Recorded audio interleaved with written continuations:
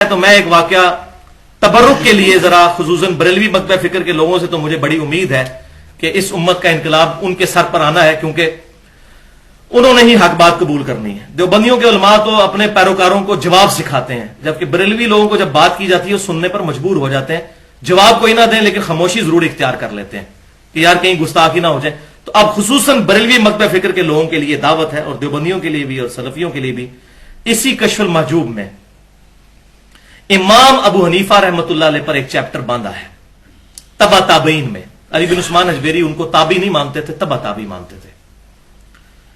امام حنیفہ رحمۃ اللہ علیہ کے بارے میں چیپٹر باندھا کشف المحجوب میں، اور اس میں انہوں نے ایک لکھا واقعہ کہ امام ابو حنیفہ رحمۃ اللہ علیہ کو ایک دفعہ خواب آئی کہ انہوں نے دیکھا کہ نبی صلی اللہ علیہ وسلم کی قبر مبارکہ وہ کھود کر اس میں سے حضور کی ہڈیاں جمع کر رہے ہیں، والعیاذ باللہ تعالی۔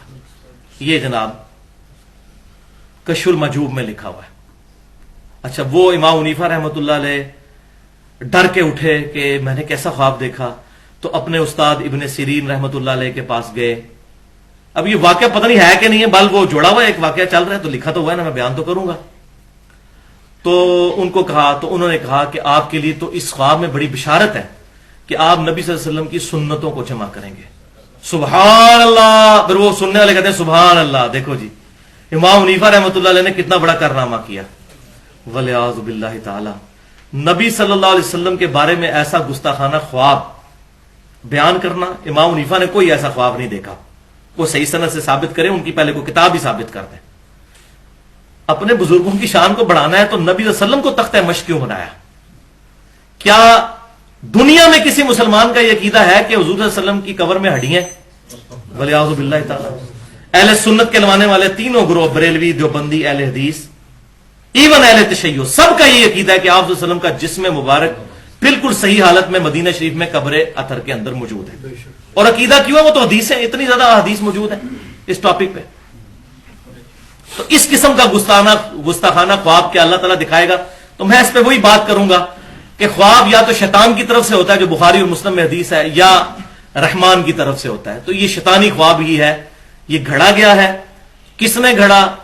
بہرحال جو اب لکھ رہے ہیں، اس کتاب کو چھاپ رہے ہیں، وہ تو بہت بڑے مجرم ہیں۔ اس طریقے سے امام حنیفہ رحمۃ اللہ علیہ کی شان کو بڑھانے کے لیے المصنف ابن ابی شیبہ میں انٹرنیشنل نمبرنگ کے مطابق 33,819 نمبر ہے، جلد 7 اور صفحہ 4 پر، اور دلائل النبوہ امام بہیقی کی اس میں بھی موجود ہے۔ سیدنا عمر فاروق رضی اللہ تعالیٰ عنہ کے مبارک دور میں جب تستر نامی جگہ ایران کی فتح ہوئی تو وہاں سے 300 سال پرانی ایک لاش ملی حضرت دانیال علیہ السلام کی، بالکل صحیح حالت میں۔ بڑا لمبا واقعہ، اب ٹائم نہیں میں سناؤں۔ تو صحابہ کرام نے حضرت عمر کو لیٹر لکھا کہ اس طریقے سے ایک لاش نکلی ہے، اس کے ساتھ یہ کتاب بھی موجود ہے، حضرت دانیال علیہ السلام کا صحیفہ تھا۔ تو کعب بن احبار تابعی کو بلایا گیا، وہ بہت بڑے یہودی عالم تھے۔ انہوں نے جب پڑھا تو انہوں نے کہا یہ دانیال علیہ السلام کی جو ہے وہ لاش مبارک ہے۔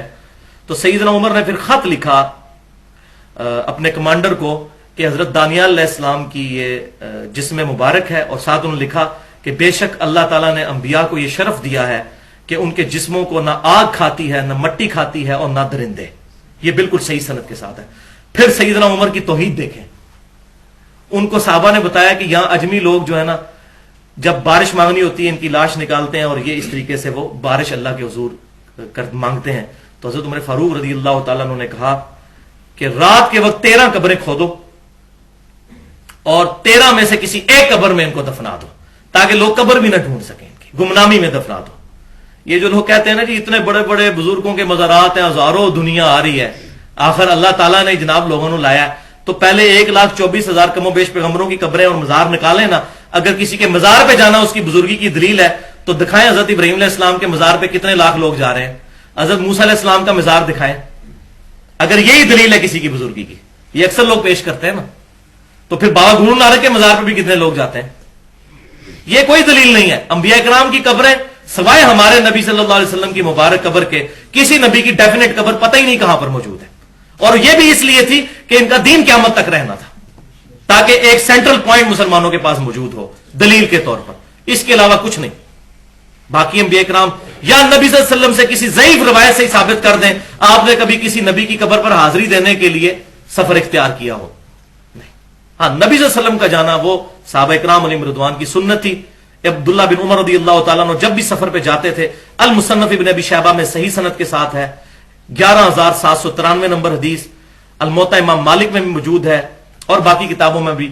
تو وہ قبر رسول پر آ کر السلام علیکہ یا رسول اللہ، سیدنا ابوبکر کی قبر پر السلام علیکہ یا ابا بکر، اور اپنے والد کی قبر پر آ کر السلام علیکہ یا ابا پڑھا کرتے تھے. یہ ان کی سنت ہے اور الحمدللہ اس پر سب متفق ہیں، بریلوی، دیوبندی، سلفی اور اہل تشیع بھی. بہرحال یہ عقیدہ تھا مسلمانوں کا کہ انبیاء کے جسم سلامت ہیں. اب وہ پھر کہتے ہیں، پھر آگے سے وکالت کرتے ہیں اور نہیں جی خواب کا معاملہ اور ہوتا ہے اور بیداری کا اور ہوتا ہے. استغفر اللہ تو بولی. اس طریقے سے حضور صلی اللہ علیہ وسلم کے بارے میں کوئی خواب دکھایا جائے گا اللہ تعالیٰ کی طرف سے؟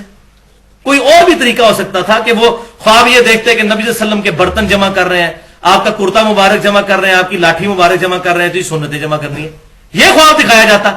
معاذ اللہ، اللہ تعالیٰ اپنے نبی کی امت کے عقیدے خراب کر رہے ہیں کہ آپ یہ عقیدہ رکھو کہ حضور کی ہڈیاں جمع کی جا رہی ہیں قبر مبارک میں.